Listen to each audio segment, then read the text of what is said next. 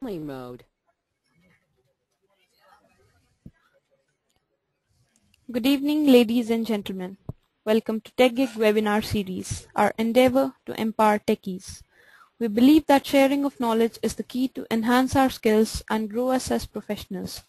With this principle in mind, we have initiated a series of webinars conducted by industry experts to give you all a crisp insight of the various domains.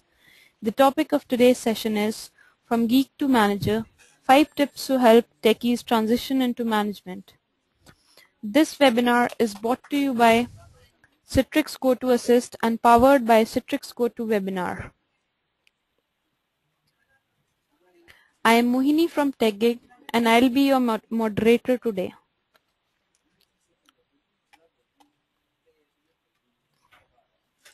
Now, there's still a few more people to join us today, so while they settle in and take their seats in the back rows, I'll quickly run through some housekeeping with you. There are 2 ways you can interact with us today. The first method is by using your questions pane to type in your questions for our guest speaker and provide your comments from time to time. We'll have a full Q&A session with today's speaker at the end of the webinar, but we'll also try and cover off some of your burning questions as we go along. So feel free to type them in as you think of them. If you want to just try out the questions pane now, perhaps by letting us know where you are watching today's webinar from.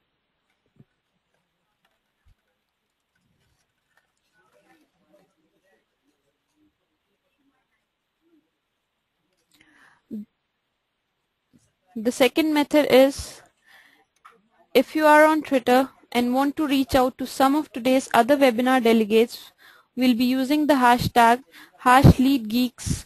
So please feel free to join the conversation there during and after today's webinar. And if anyone is listening through their headphones or speakers, if you do have any issues with your audio, do note the audio mode panel on the control panel highlighted above in the red. Simply select the radio button for telephone and the toll-free number for your country, access code and PIN will appear on your screen for you to dial.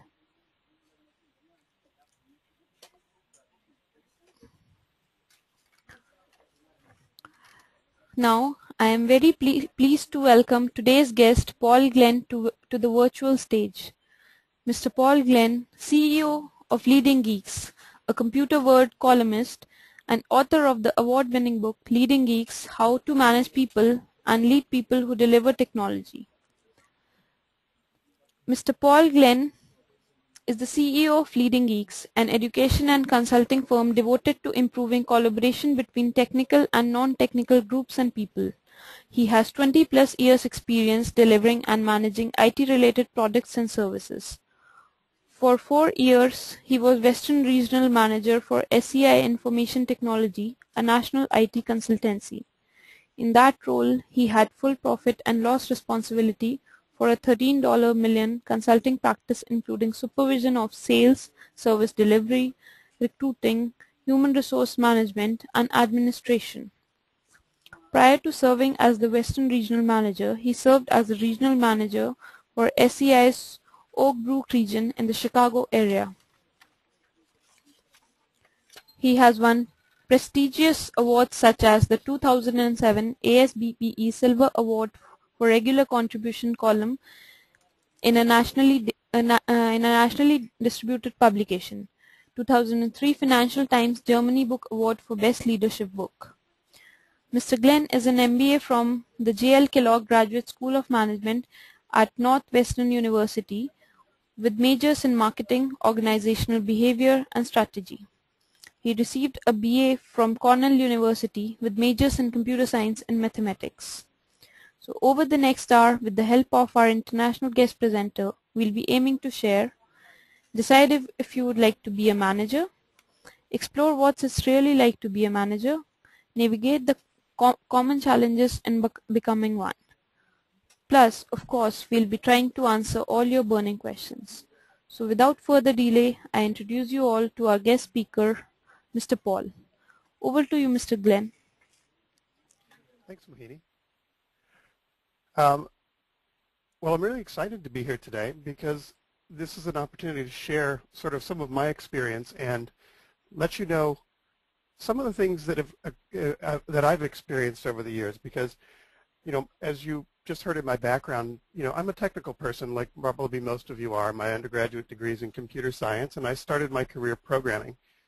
And at the age of 26, I was suddenly asked to manage a group of 50 people. And it was quite an interesting experience. I hadn't really asked for the job. I wasn't sure if I wanted to be a manager. I really loved, having my hands-on role in technology. And I don't know why they asked me to do it. It wasn't something I had sought. But it was a fascinating experience of the transition. And since I've made that transition, which has been a very long time now, I've also had the opportunity to work with a lot of other people who are in the process of either making that transition or deciding whether to make that transition. And so it's a wonderful time, but it's also something that's really important for you to spend a little bit of energy thinking about before you just assume that being a manager is the natural next step to being someone who's technical. Because when we start out as geeks, we don't necessarily move immediately in management, nor necessarily should we. So before we go too far into this, let's talk about what are we talking about. When I use the word geek, obviously I'm an American. It does not have, here in the U.S., it doesn't have a particularly negative connotation. We're just talking about loosely anyone who chooses to work in technology or engineering. And so these are people who choose to work in a field that's highly analytical. And originally it was an insult, but it is no more. And manager is someone who's designated by an organization to marshal people and resources to accomplish desired goals. So we're not necessarily talking about executive roles. We're talking about someone who's been designated officially. So there's plenty of people who do managerial work who don't have a managerial title. And they still are a manager because they've been designated by the organization as someone responsible. So before we get too far into this, let's pull up a poll and find out, who's in our audience, who's out there today, and what's your background. So if you take just a moment, give us some idea of who we're talking to today, and that way we can make sure we're giving you the best information possible.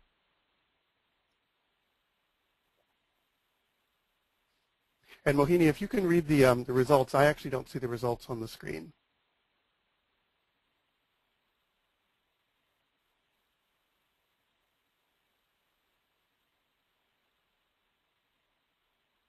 We still have people selecting their... Are you out there, Mohini?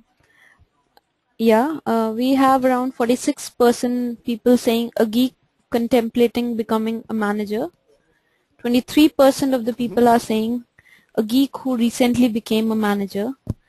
12% are long-term managers of a technical team. 5%, somewhere around 5% for someone who helps managers transition, and around 12% have opted for the option other. Ah, there are results. Wonderful.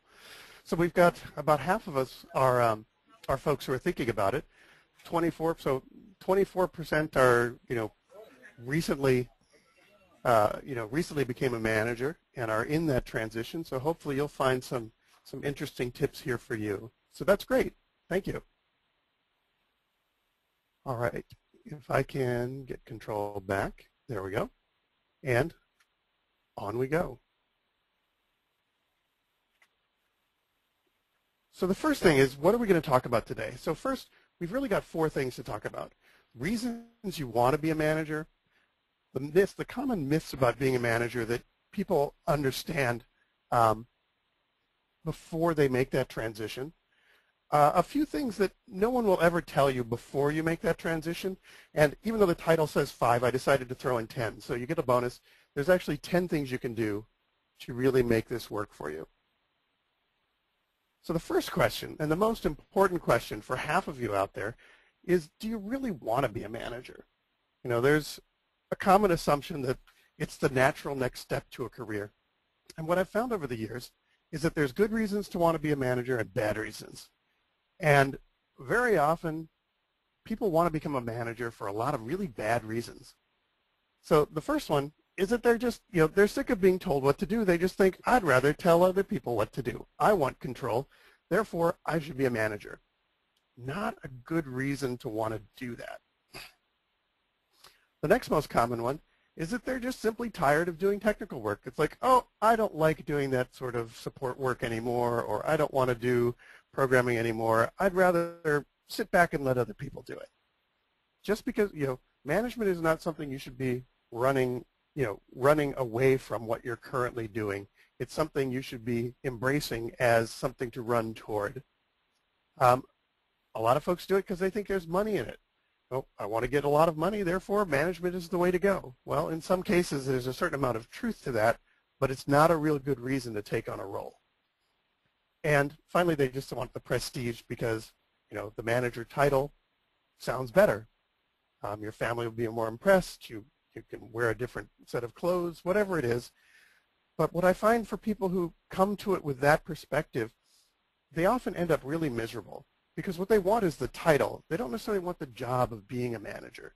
All of these things, you'll notice, the bad reasons about being a manager have nothing to do with being a manager. These are things that people want either because they perceive them to be part of the job or they perceive it as something to get away from other things. So in other words, there's no good reason in any of here that has anything to do with actually doing the job of a manager. So what are some good reasons? Because there are a lot of good reasons, and I'm not trying to be negative about this, by the way. I've enjoyed my role in management over the years. But the first good reason is that you want to have an impact on a situation. Within your organization, you see, I think I could make things better, either for the company or for the people who work here. And you also want to help other people be productive, that you see that you derive personal satisfaction from helping other people as opposed to technical work where you're primarily building things. You want to find a new challenge in life. You think, oh, I've done a lot of this technical work and I've enjoyed it, but I think I need to try something completely different. Or you really enjoy helping other people learn meaningful skills. That is, you help developing other people. These are all good reasons to consider going into management, but the things that surround the job are not necessarily the things that should draw you to it. Now, I'm not going to lie, there are some rewards for going into management. There's prestige. You have sometimes a bigger office, people report to you, you might get a fancier car, whatever.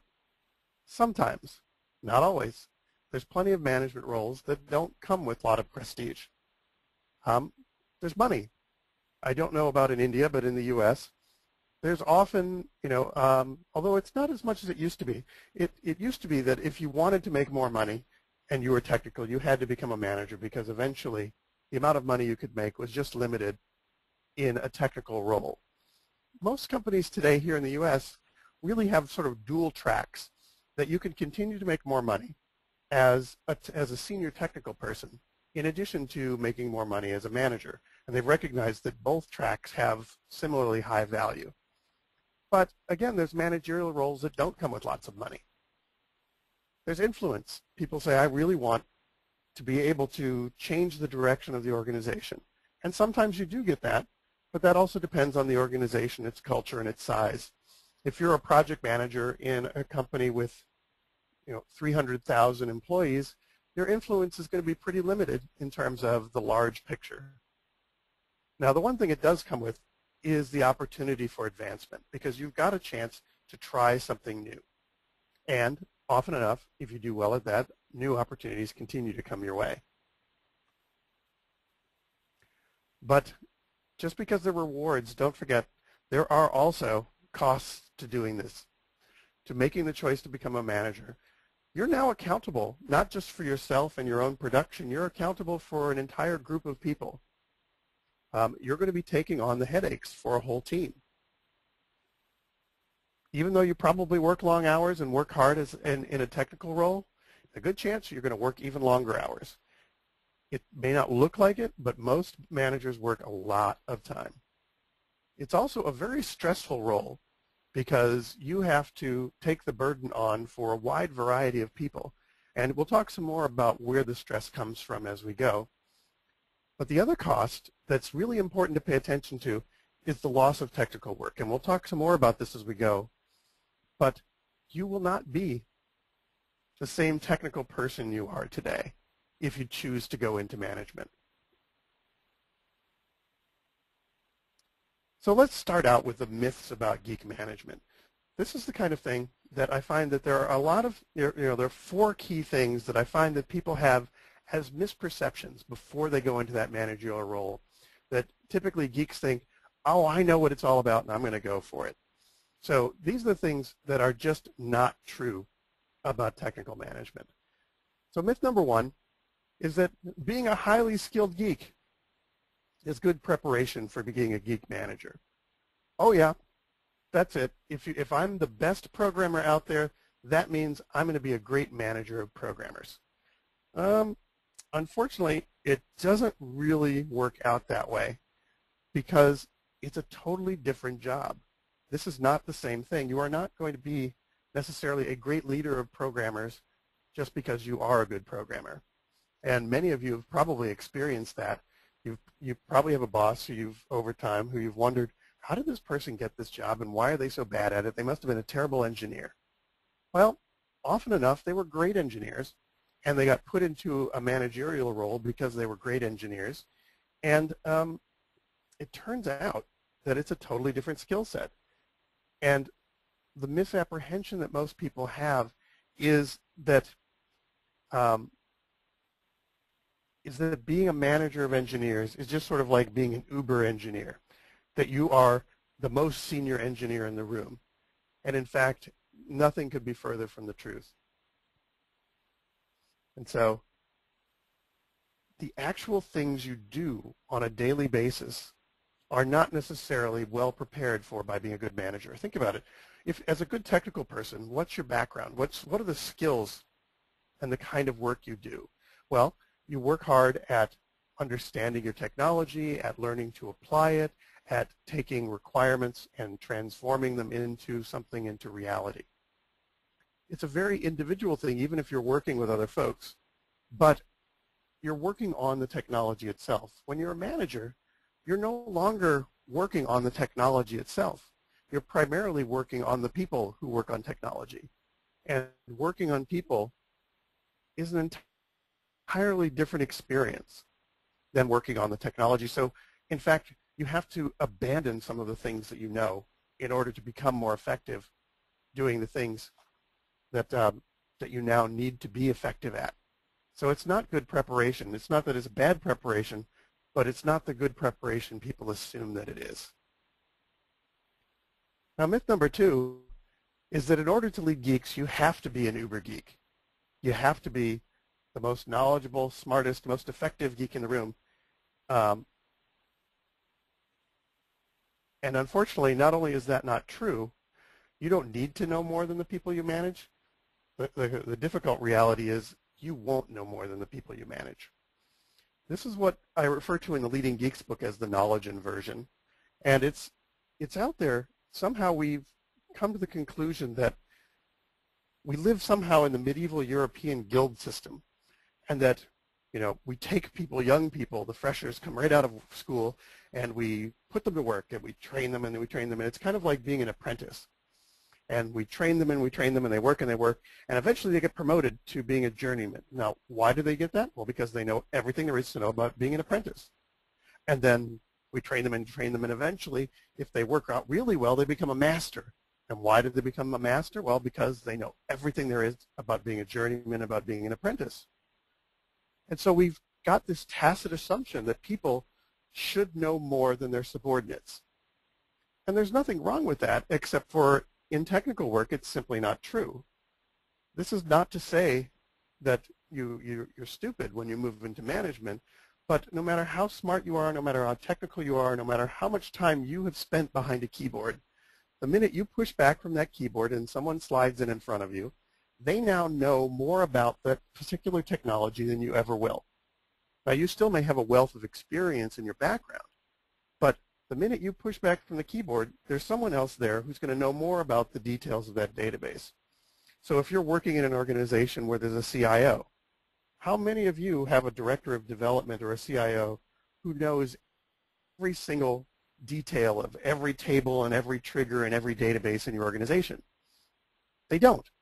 And in fact, they shouldn't, because they have other things to do. And so the knowledge inversion is a natural part of technical work, but we assume that it should be otherwise. And so you have to realize that you don't need to know more than everyone else in order to be a good manager of Geeks. In fact, you won't, no matter what you do. Now, myth number 3 is one that I find a lot of people suffer from particularly. And it's that you can be a good geek and a good manager at the same time. Unfortunately, it's not so simple. People tend to think of it as, oh, I'm becoming a manager, therefore I'm just adding on some new responsibilities. It's not true. It's no longer adding on new responsibilities. It's an entirely new career. You've transitioned from being an individual contributor to being a contributor who is trying to help other people become good contributors. Now, when I first made my transition into management, it was kind of interesting because I was replacing a manager who had tried to do this. He had tried to span being both an individual contributor. So he was trying to work on, we were a consulting firm, and we had about 50 people in this particular office. And for a year and a half, he had been the regional manager of the office. And at the same time, he had himself assigned to a project. So he was doing technical work and managerial work at the same time. And what ended up happening is his project suffered because he didn't have enough time to really devote to the concentration required. Because one of the things you'll notice about technical work is that you need, more than anything, concentrated blocks of time to really look at things. If you're working on development, I've read statistics that says for every time you interrupt a developer, it takes anywhere from half an hour to 3 hours for them to get back in the mindset of what they were doing, to get back to where they were when you interrupted them. So you need blocks of time to work on concentration for technical work. Whereas managerial work is completely different. It's completely interrupt-driven. You're constantly receiving questions and phone calls and concerns and emails and being asked for decisions or opinions or to be called into meetings. You're constantly bouncing from one thing to the other. You have no time for concentration. So when I took over for this manager, he had been neglecting his project because he never had that sort of concentrated technical time, but because he insisted on taking parts of the technical time in order to do that, the managerial work was suffering too. So the sales in the office was not what it should be, and the salespeople weren't being supervised. The HR functions within the organization were not running the way they should be. We weren't recruiting people as fast as we needed to, and the people we were recruiting weren't necessarily the right ones. So on both sides of the fence, there was a failure to be able to bridge, and I've seen this many times when people try to take on a managerial role and retain their old identity as a geek. For me, I ended up making it as a pure transition. As opposed to trying to do both at the same time, I was asked to run this office, and as opposed to staying on a project, I was able to focus on it. So I think you're going to have to find that you do have to make a choice, because many people say, oh, I don't need to make that choice. I can go back and forth between the two. You really can't. You can do both poorly, or you can choose one and really focus in on it at a time. Which brings us to myth number 4, which is that business education prepares you to manage. Now, I came into management with an MBA already under my belt, but I had gone into an MBA program because I came out of computer science, and I was doing a lot of technical work, and I discovered, I didn't really think about it, but they're applying this technology to all sorts of interesting things that I know absolutely nothing about. So maybe I should go to business school and learn a little bit about that. So I had gone into business school just to kind of learn about the structure of business. I had no exposure to, finance or accounting or strategy or marketing or organizational behavior. And I had learned an awful lot, But coming into that, at 26 years old, coming into that managerial role, I thought, oh, I know enough to manage. And it turns out I knew nothing about management. I had an MBA from one of the top schools in the country, but it still didn't matter. I didn't know anything about management. What business education usually focuses on is how to analyze things and how to understand the structure of businesses. You learn about the functions and the organizations. So you learn about organizational design, you learn about strategy, you learn about finance, and you learn about process and production. And these are all very valuable things, but these are all analytical tools. They teach you to think about business from an analytical standpoint. And for us as engineers, as geeks, that really appeals to us because that's how we tend to look at the world, through that analytical lens. But on the downside is that most business education, while preparing you well for thinking about the business, it doesn't prepare you well to actually lead people. And so you really have to sort of take a step back and realize that what you are getting in business education is background. It's not actual training in management.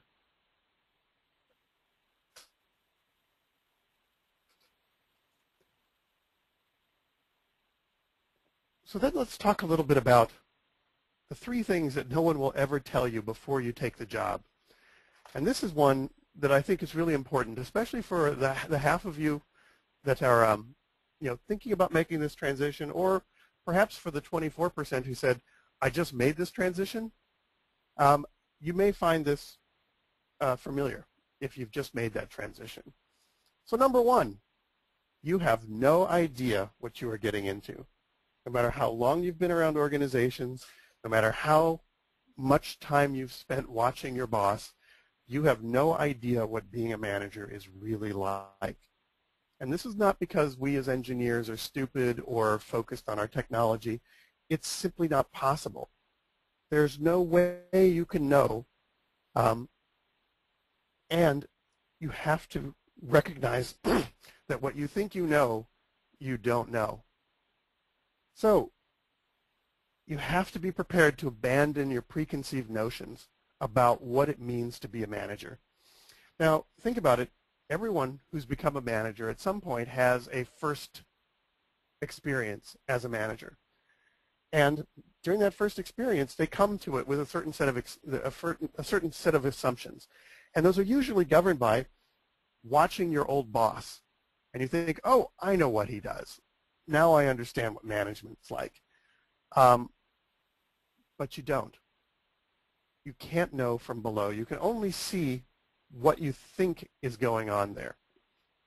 Now, in a lot of respects, management is a lot bigger than most people think it is when they get into it. They think, oh, it's really just about managing downward, because again, the view that they have is, what's it like to be a recipient of management? And so they think, okay, that's what management's all about. Well, no, unfortunately, the job of a manager is much bigger than anything you've seen from below. You are managing up, you're managing your own boss, you're managing sideways, and you're managing peer relationships and relationships with clients and customers. And so you have a lot more complex politics than you probably would realize. It's not just about your subordinates, because usually new managers think mostly about looking downward rather than looking sideways and upwards. And in some respects, it's also less than you think. So it's more, there's more job, but there's also less power. People really tend to come to management thinking, oh, I'm going to have authority, and I'm going to be able to actually tell people what to do, and they're going to do it. The reality is, the higher you go up the chain, to some degree, the more dependent and less power you have.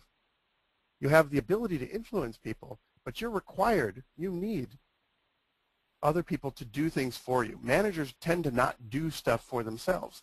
So you have, in some respects, actually less power than you do as an engineer when you're actually working on things of your own. All right, so thing number 2, the transition is going to be difficult. And I'll tell you my personal story. When I started telling you a bit about it earlier on, is that I was 26 years old, and I was working on a technical project, and my boss's boss's boss came to me and said, hey, how would we like to run the to run the office, to be the manager of this office. And I said, well, okay. So for a few weeks we talked about it, and then they had a big meeting one night, and there were all 50 people were there, and they announced that I was going to be the new manager of the office. And it was a little bit interesting in that there was a certain amount of discomfort in the room that you could sort of feel because I was young. I was 26. Nobody reporting to me directly was under 40. So they were all looking at me and saying, who is this kid and why are they giving him this job? And my predecessor who was announcing this, he was saying, well, don't worry about this. Paul's going to be fine. And I'm going to be working with him, for the next few months in the transition to make sure that everything is smooth and everything's going to go great. And I thought, okay, that's good. And the next morning, the big meeting was Friday night. Monday morning, I came into the office, and he was waiting for me there. And he said, good morning, welcome back. Congratulations, here's your office. And the transition's over, goodbye. And he walked out of the room. And I did not see him for another month. And I had I just have this visceral memory of going into the office, sitting down at this empty desk, looking at it and thinking, what have I done? I have no idea what is going to happen next because I don't even know where to begin. I didn't have the training, even though I had the MBA, I didn't have the training in managing this office. I didn't really know how the office ran. But more importantly, lacked the language to think about what the job entails. And so it's very hard when, as an engineer, you've spent your entire career focusing on learning the language of technology, to suddenly be faced with a job where you not only don't know the answers to the questions, you're not even sure what the right questions are. And it's difficult because when you look around and you say, well, I'll go buy a book about about management. Great, you could do that. But most of those books are books about being a manager, not about becoming one. And so the transition itself is actually a very difficult period. It's a very emotional period. You go through a lot of swings of emotions. You're very excited and proud and stressed out, but that's also accompanied by fear and anxiety and a certain amount of loneliness. So be prepared for what's a personally tumultuous moment in your life, and it can last a year or two while you adjust to the new identity of being someone who is a manager. And finally, perhaps the worst part is that you don't get a whole lot of support during this. In fact, it's a pretty lonely place. Even though you're surrounded by people, it can be a very lonely experience because, first off, you've got your old colleagues. So most of the time you get promoted within an organization that you're already a part of, and your old friends now have to, now you're their boss, and they think, they start to distance themselves. They're wondering, like, who is this person? He used to be our friend, and now he's the boss, and what's going on with that? And as you're having these difficulties, you really can't complain to them. You can't go to your old friends and say, oh, this new job, it's so hard managing you guys. They sit there and go, sorry, no, I'm not giving you any sympathy for, oh, wow, it's so hard for you to work on being my boss. So you get no sympathy from your old friends, and they to some degree, are not your friends in the same way they were before. And then you don't get a lot of support from your boss because, well, some people are lucky enough to have a boss that's really supportive, but most of the time new managers think, well, I need to impress my new boss. And so they're busy trying to convince the new boss that everything's under control even when it's not. And then your family. It's very rare. Most people's families don't understand. They're very excited for you, and they know you're going through, you've got a big new job and you've got a lot of responsibility. But for the most part, they have no experience going through this transition, and so they don't really have a lot to offer other than, love. But that doesn't mean they understand what you're going through or can help you much. So it's a tough time. So the transition itself, be prepared. It's not a simple transition. And so we can talk about the 10 things to succeed, but maybe this will be sort of a natural breaking point. Mohini, do we have any one or two questions you'd like to bring up? Yeah, Paul, we have a few questions. a question which most of the people are asking is, do we need to have a management degree to be a manager? And the answer is no. You don't need a management degree, and for the most part, a management degree doesn't really prepare you to manage. It prepares, I'm not saying it's not useful. There's two reasons I think that management degrees can be very helpful, and I've not only got an MBA, I've taught in 2 different MBA programs. It's the first thing that people get from the degree is the credential.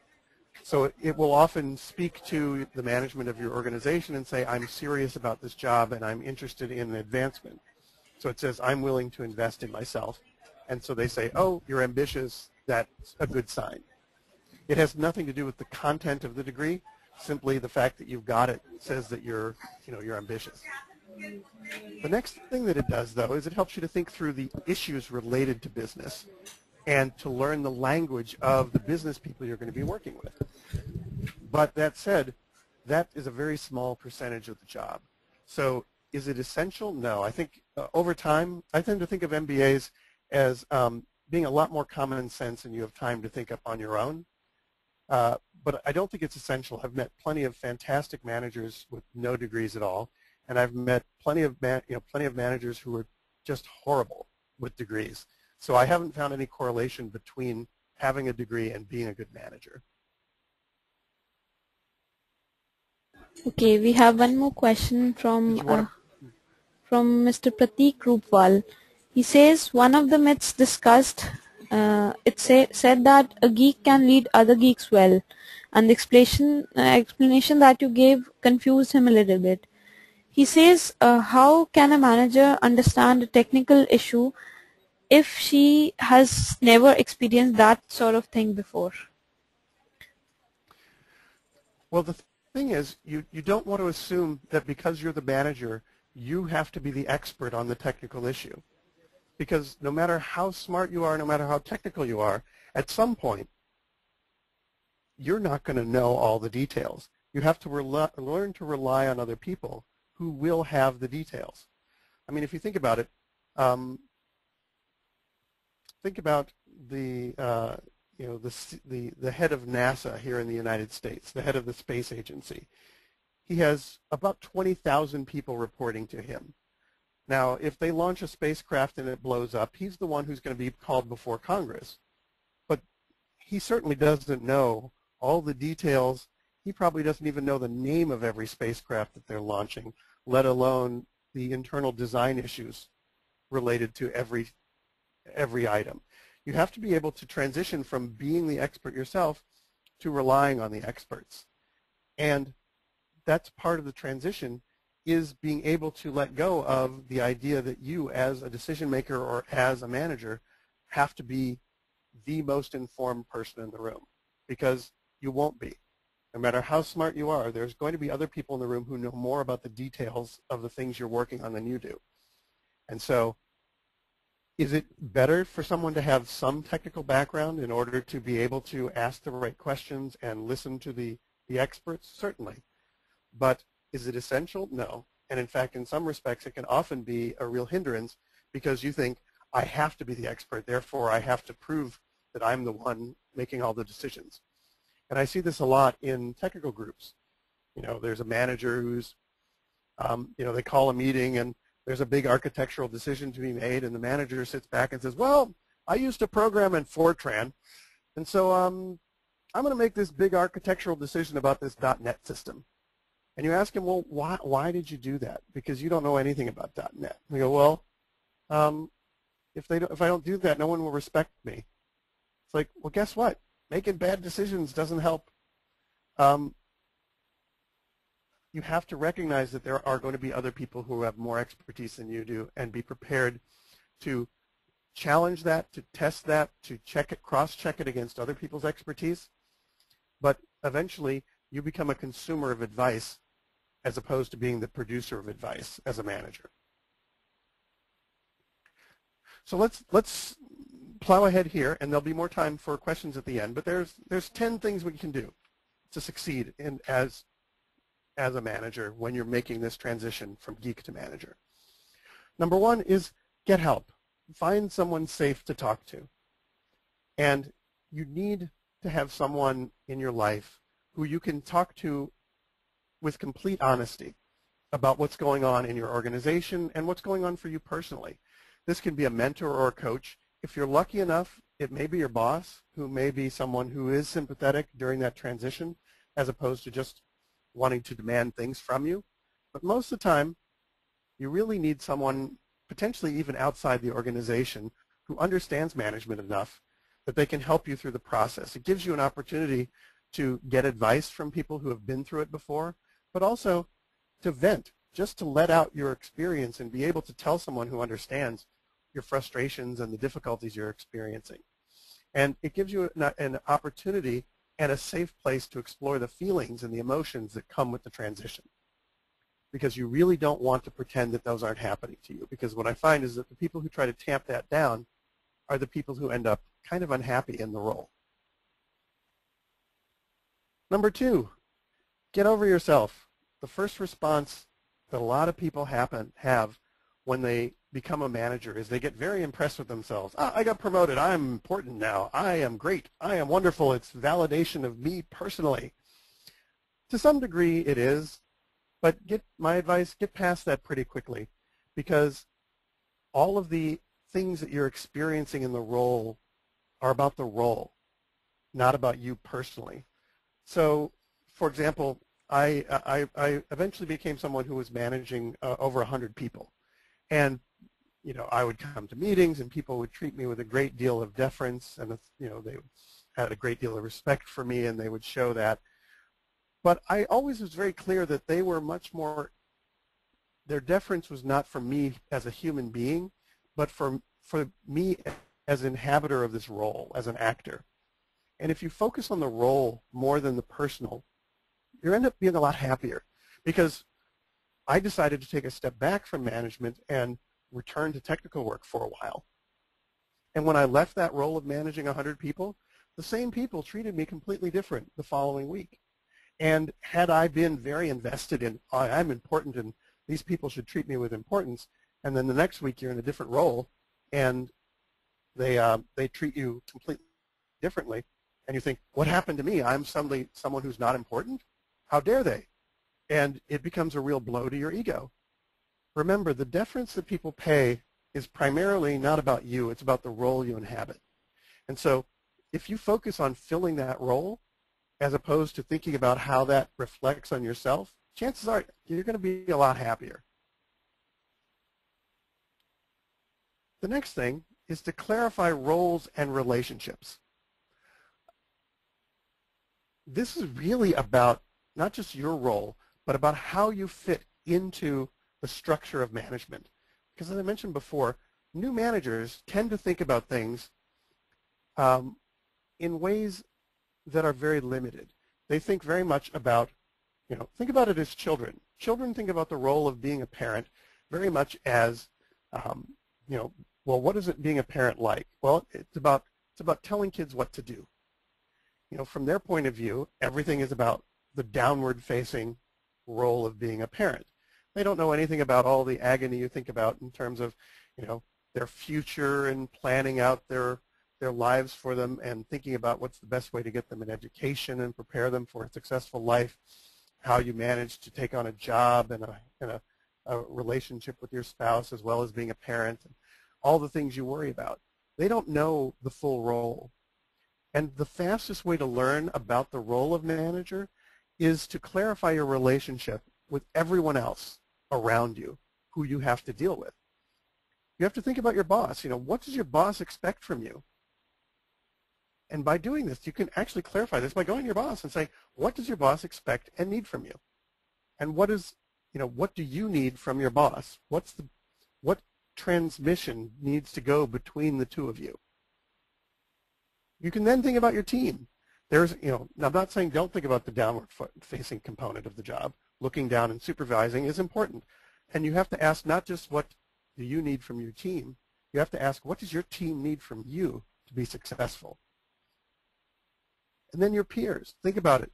You have managers who either are your peers, who are working on similar types of things, What do they need from you? And what do you need from them, especially if they're going to be a source of support and information as you're making the transition. And finally, clients. You have technical sponsors, you have technical consumers. Who are they? And what do they rely on you for? Not just from a technology standpoint, but from a human standpoint, in terms of information, in terms of emotion, in terms of getting their jobs done. What do they rely on you for? And what do you need from them for you to be successful? The faster you get to thinking through and discussing with the people around you the roles and how they interact, the faster you're going to make that transition from thinking about management in a limited way to thinking about it in a more complete way. Number 4 is establish goals. This is be articulate about specifically what do you want to accomplish over a certain period of time. Now, new managers frequently do come up with goals, and I've coached a lot of new managers over the years, and what I've found is when you ask them what are your goals, the first thing they say is, in the next 3 months, this is what I want my team to accomplish. And that's great. It's good. They say, I want to finish this project and that project, and I want to have this project 50% done. And that's important for having goals for the team, but that's completely different than having goals for yourself. You need to not only have goals for your team, because as a manager, you are more than your team. You are part of your team, but you need to have goals not just for the team, but for the position. What is the goal for the manager of this team as opposed to the goal for the team? What are your goals that you want to have in terms of how the position interacts with others, in terms of how the position is established? What is the success criteria you want someone in this role, even if it's not you, to be judged on besides meeting the goals of the team? And then what are your personal goals? How will you judge yourself in this position? It's perfectly possible that your team may not succeed, but you can still say, I was successful in this role. So think about carefully 3 different types of goals: team goal, position goals, and personal goals. And number 5 is take some time. Don't be in a big rush to start making changes. Chances are it's pretty rare that a new manager is given the position of starting an entirely new organization. Usually you're being dropped into an existing position. You're taking over for someone else. And often what I see in new managers is they say, well, I see everything that's wrong here, so I'm going to fix it.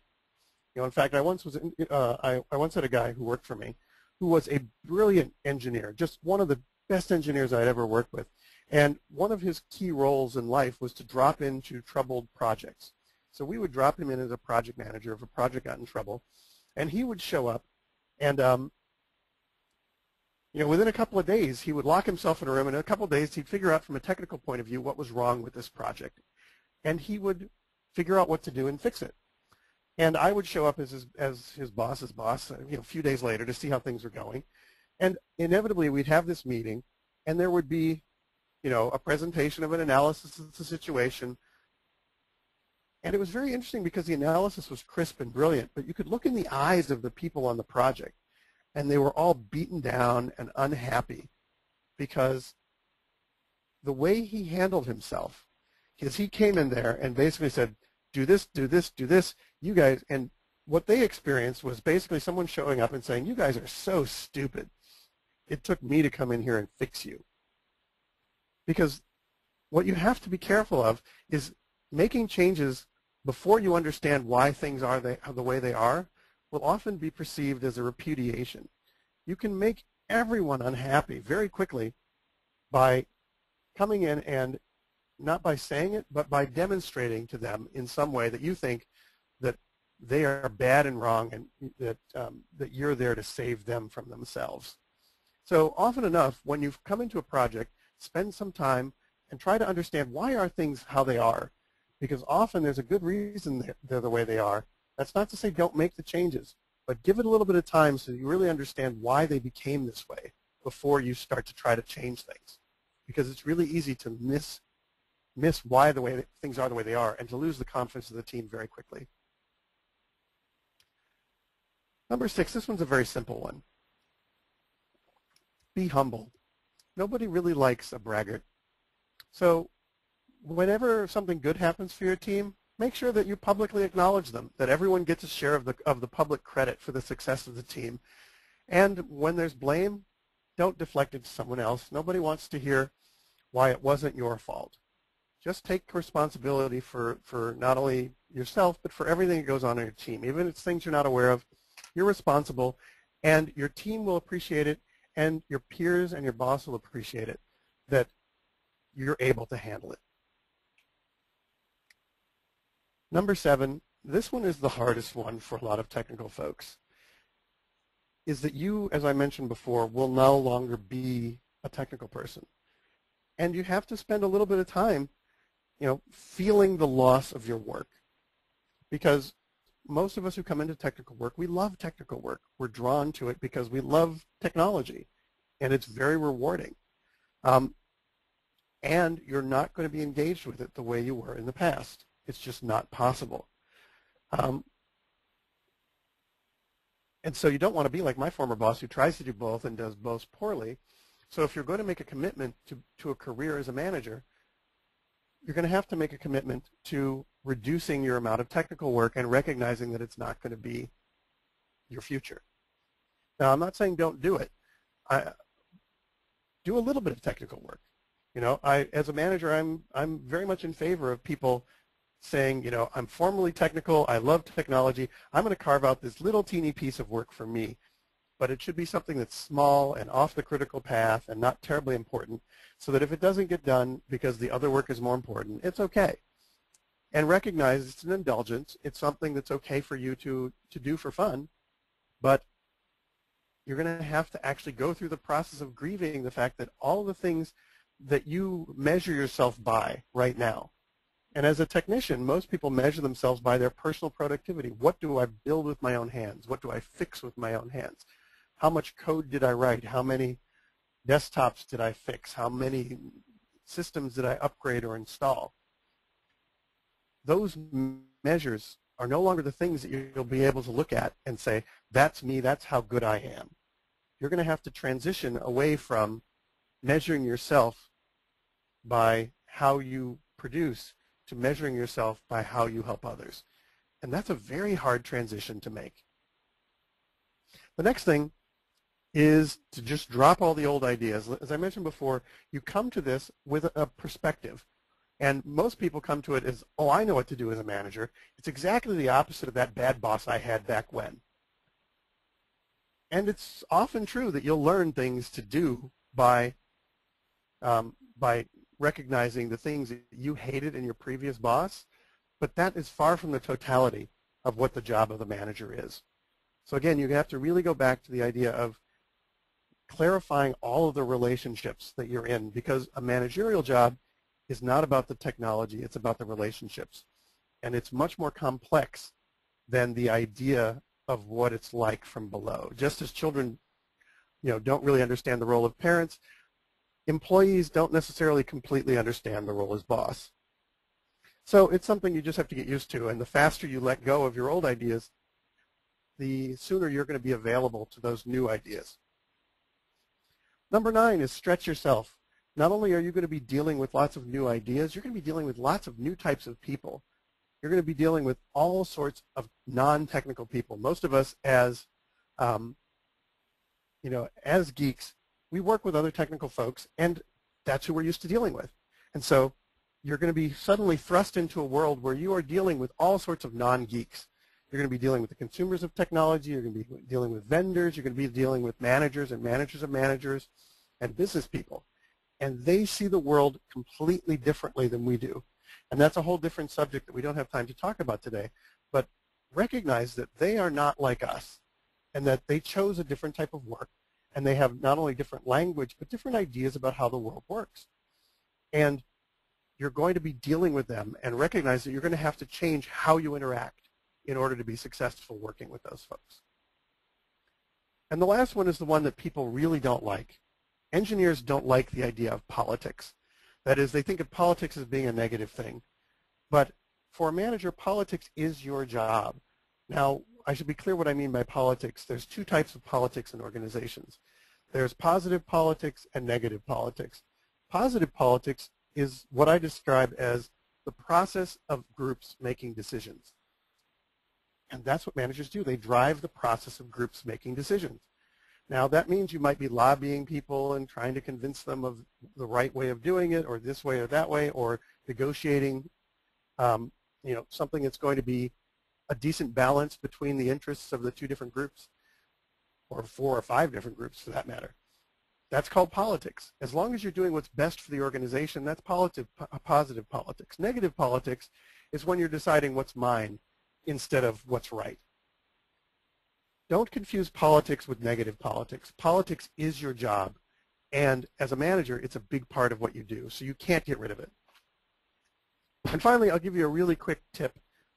Because so many people in engineering, so many geeks who try management decide they don't like it and want to go back, my advice is try to find some very small managerial role you can play with and experiment with before you take on any title.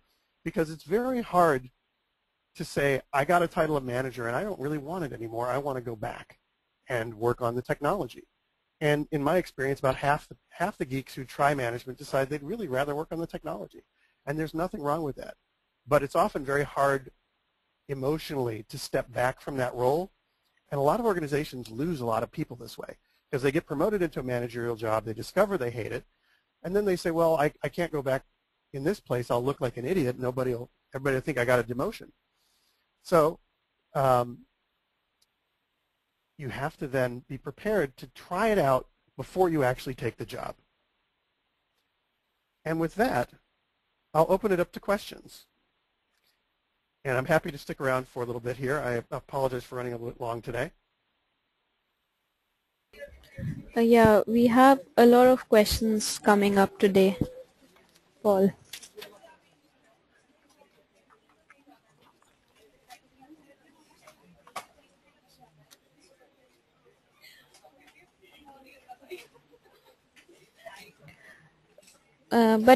Before, yeah, I'm there. But before our attendees type in their questions, I can just bring their attention to the exit survey, which will pop up on their screen as they leave.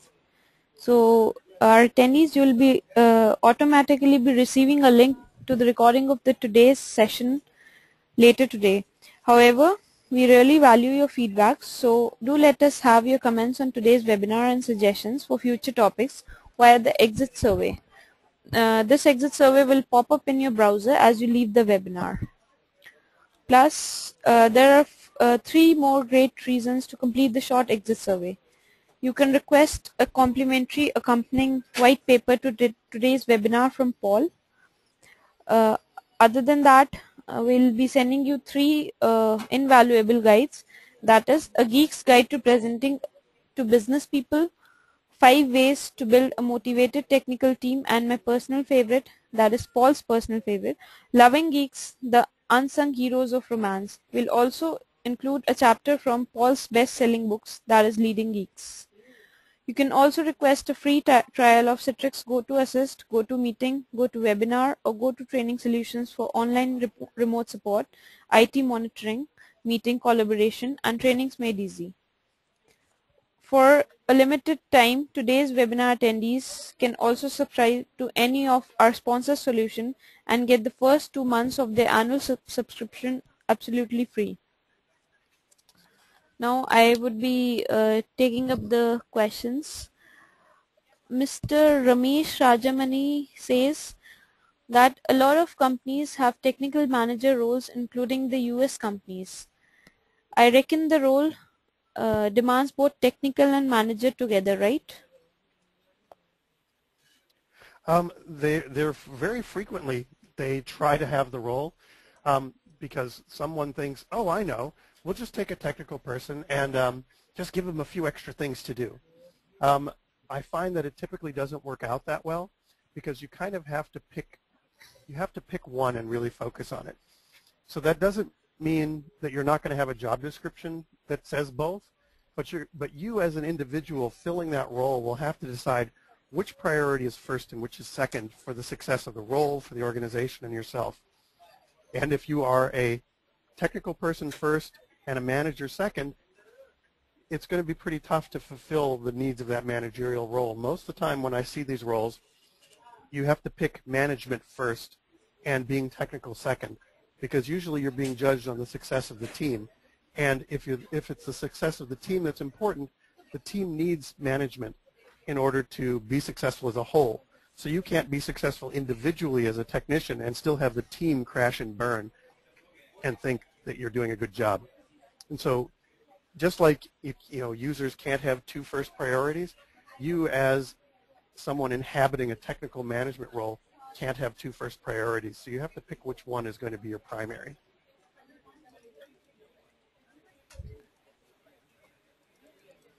Mr. Anshuman Rudra has a situation-based question. He says, how could a manager retain a good resource if the resource is on bench for quite some time due to unavailability of a project? Well, that's a tough question in that people who are between projects and have a long time to sit and think often will feel that they're not valuable. So that they're either not valued or that they're not valuable. And so they'll look for something else to do because people don't like having nothing to do. So the first thing you can do is you can find things that are important to the organization for them to do. So you should always, as a manager, if you have the kind of situation where there's people who are in between projects, have a set of internal projects, a set of priorities that you want things to be worked on when people have spare time. Often those can be they can be things about training or creating a new internal system of some sort, or going to help unbuild on another project somewhere. But keeping them focused on something that will give them a signal that there's a future for them here. Because what they end up feeling is abandoned, and if they feel abandoned or like they don't have a good future at the company, that's when they leave. And so the most important thing to do is to imagine the experience of the person who is sitting on the bench, and what is it that they're worried about, or what do they feel they're losing as an opportunity, and find a way to engage them in something that gives them a signal that there is a future for them at the organization. And once they're busy, they'll be too busy and engaged with what you've chosen for them to go look for another job. Tarun Singh says that he's a technical consultant for an MNC. He says he's more on technical side after having 8 years of experience in technical in India. Should he move towards a managerial position or sit back as a technical guy? I think that's a personal decision that you have to make, and that's one of the reasons that I think this is a very important topic, is because after about 8 years, you're kind of at that fork in the road. You're at that point in your career where you kind of have to decide, am I going to really focus the rest of my career on being deeply technical, or am I going to move into more managerial roles? And it is a big switch. And so my advice is to try out small technical, small bits of managerial roles here and there where you can, and find out if you like it before you really dive in whole hog. As a consultant, if you're an independent consultant, it's a little harder to do, because as an independent consultant, people tend to hire you for project-based work, and they usually hire you only for things you've already done. So if you're a consultant, it's often hard to make that transition into management, whereas in an organization, you get a chance to experiment with the role and decide whether you like it or not. So if you're part of a consulting firm, then you have the opportunity to try it out. But if you're an independent consultant, making that transition is often very hard, because no one wants to pay you to be the first time you've tried management as a consultant. Our next question is, how to get cooperation from a team when everyone in the team thinks that they have superior skills than you?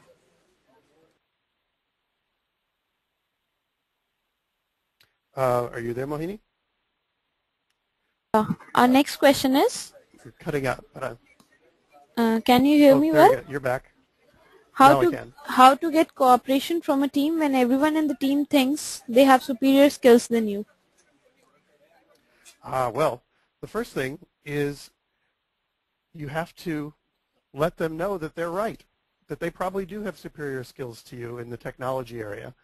And That doesn't mean you have to enforce on them what to do. That means you ask them questions and you include them in the decision-making process. Because most of the time, people become resentful not because they see you as having fewer technical skills. They become resentful because they see you as controlling them from a position of ignorance. And if you include them in the decision-making process and they know that you respect their knowledge and that you want to include their perspective and their knowledge in the decisions, they'll often follow you. And there's a notion called fair process, that many people will resist a decision, no matter how right it is, if they feel like they didn't have a say in it. They didn't have a chance to be a part of it and their perspective wasn't heard. And so, especially if they perceive you as having fewer technical skills than they have, before you make a big decision, consult a few people. Figure out who in the organization has that respect of everybody. Because usually there's one or two people that everyone looks to as these are the super geeks. These are the people who really know. And if you have those people in the room and those people are included in the conversation, everyone will say, okay, if he was involved in that one, it can't be a bad decision. So I trust that, that our technical perspective was represented. And even if they lose, they'll then understand that at least that they were part of the decision. But if you just give edicts without them thinking you have any technical skills, and even if you do have the technical skills, they need to feel heard, not just be heard. So include them in the decision-making process, and you'll find that even if they think they have superior skills, they'll be happy to work with you. Mr. Kwap Shet asks, is it possible to jump back into development role from managerial role? It is at first, when you first make that leap, you're still pretty close to the technical role. But it's very hard, if you've been in management for 10 years, say, to go back to a technical role because the technology changes so much and you haven't really stayed in touch with it. And that makes it also very hard to switch from one to the other, unless you're going to switch from one to the other fairly frequently. So I think it's possible to be a project manager for a few months and then go back to technical role and then be a project manager again. The most dangerous thing is to try to do them simultaneously. So it's much better to switch back and forth. But the longer you stay one path versus the other, the harder it's going to be to switch. So if you do 5 years of technical work and then 1 year of managerial work, you probably won't be very good at management because you just won't be engaged with it. And vice versa, if you spend 5 years of management work and then you go back to technical work, again, you just won't have the chops to be a good technician anymore. Mr. Rajat Vijay Kumar is asking, how good are the PMP and other such certifications for becoming a manager?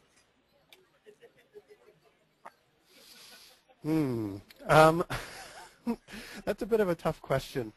The PMP, in my experience, has a lot of really good information in it, but it's also structured in a way that I don't know many people that really think about it in those terms in practice. So it's in some respects very much like an MBA. The credential of a PMP signals things to potential employers or to your current employers that you are serious about being a manager and that you've invested in yourself, and that's valuable in and of itself.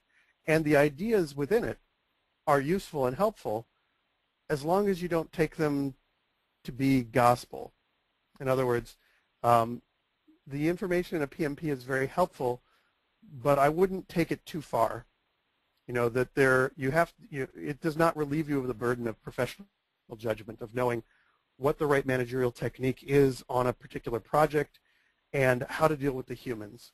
Because the thing that I see in the PMP that's kind of the weakest is that it's very strong on process, but it's not that strong on people. And in the end, as a manager, you don't manage process and you don't manage technology. You manage people who execute process to build technology. As a manager, you're managing people. And the PMP, in my personal experience, is not great preparation for managing the people part of it, but it can be a real help for the process and the technology. Mr. Devanshu Nandwani is asking, how do I convince my boss that I'm interested in being a manager without a management degree? I think you sit down with him and you tell him you're curious about it and ask him about his experience of being a manager and that you're interested in learning more about whether it's something you'd like to pursue in your career. And he'd probably be more than happy to share his experience. And the more you listen and the more you understand his experience, the more likely it is he's going to say, oh, well, if he's learned from me, then he's really interested in it. So it doesn't, not so much as a declaration as a set of questions to learn. And the more you prepare yourself and the better the questions you ask about his experience or what it takes to be a manager at your company, the more he's going to start thinking about you in managerial terms. So I'd say start a conversation with your boss and plot it out as something that's going to take 6 months or more for him to start thinking of you that way. So don't say, start taking up all of your boss's time next week and say, I'd like to have lunch with you every day next week to ask you about this. But take opportunities and make small ones to just start asking about it and let him know, hey, I'm thinking about management. When you have time, I'd love to hear your experience about becoming a manager from being technical. And chances are he'll be more than happy to spend some time with you. So, Mohini, I think we have time for one more question if you've got one more. Yeah, we can stretch it if you want. We have a lot of questions coming up today. Okay, I can hang out for a few more minutes. Okay. Mr. Mohit Modi has started his career as a software engineer in Motorola company. He is interested to lead a technical team. Any advices on this, and how should he start working since it's the beginning of his career, and what all are the things that he need to take care of? Well, if you're at the beginning of your career, my advice is take your time. Don't become managerial too soon in your career. In fact, if anything, I'd say in my personal experience, at 26 becoming a manager of 100 people, I was probably too early. I think I would have benefited from a few more years of being a programmer before going into management. So it's good to be ambitious, but look at your career over a long span of time. And so don't be too eager to start too soon. And as with the last caller, learn from the people you're watching, from your current managers, and talk to people. Learn about what it's really like to be a manager. And so spend some time and invest in your education, but take a long view. It's good to be young and aggressive, but it's also to many people, it will be a signal that you're not ready yet if you're too aggressive. And so be prepared to spend some time on the individual contributor role and not to rush too heavily because life is long. And so that'd be my advice, is take your time. Mr. Yash Sabharwal is asking, what is the best way to manage geeks who are a lot more experienced and believe, based on the years of experience they have, they should be better managing rather than me? Well, that was what I encountered when I first took that first managerial job, because I was 26 and everybody who reported to me was 40. And one of the key things that helped get them on board was when I went to them and I acknowledged, look, you have a lot more experience than I do, and I'm going to need your help to be successful. And I really appreciate your advice and your wisdom. Obviously, I have to do this job, but I'm hoping I can count on you for help. And that seemed to really help a lot, because for many people, when they say, I'm more experienced than my boss, or I should have that job, that's not going to go away, that feeling. It really has to be something that that they then experience as you not trying to prove to them how much smarter you are than they are. Because if it's going to become a contest, you're playing the wrong game. Don't play the game of whoever is the smartest technically should be the manager, or, that's not the criteria. You have the job. You're the manager. Be the manager. But let them know that you recognize and value their experience, that you value their advice, and that you still have to be the decision maker. But that that you recognize that you don't have as much experience as they do, and that you're hoping that they're willing to contribute it to the success of the organization. And usually what I find is they'll calm down. What happens at first is that they get very upset because they think, oh, I should have had that job.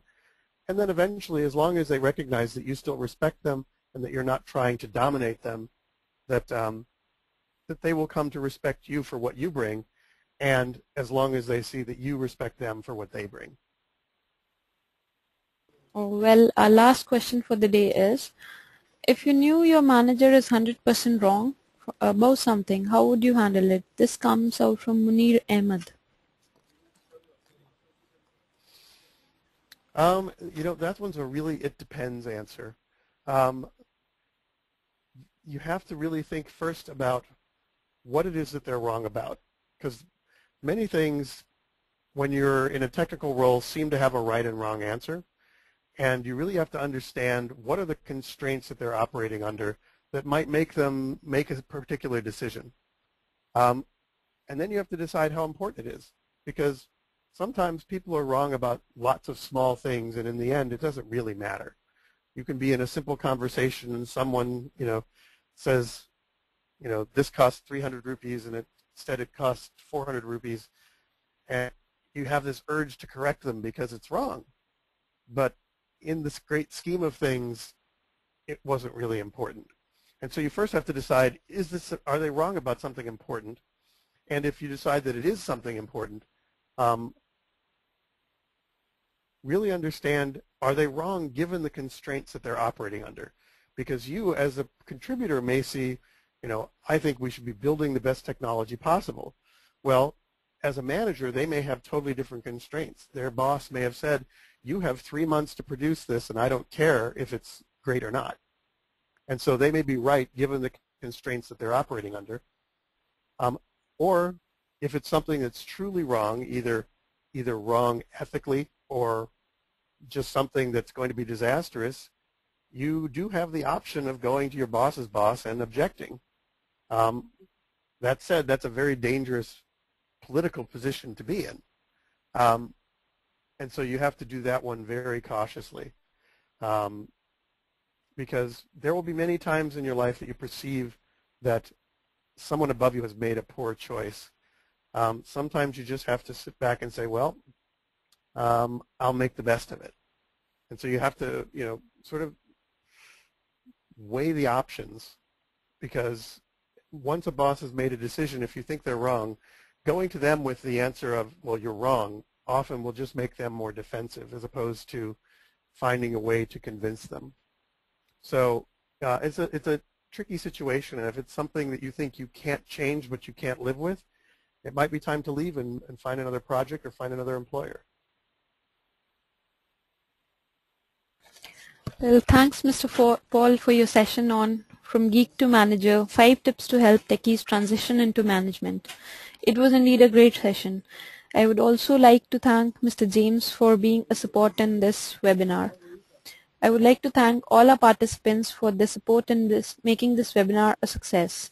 You can reach out to Paul by email or web, and don't forget to follow him on Twitter. The recording of this webinar will be available on techgeek.com by tomorrow. Thank you all and have a great evening.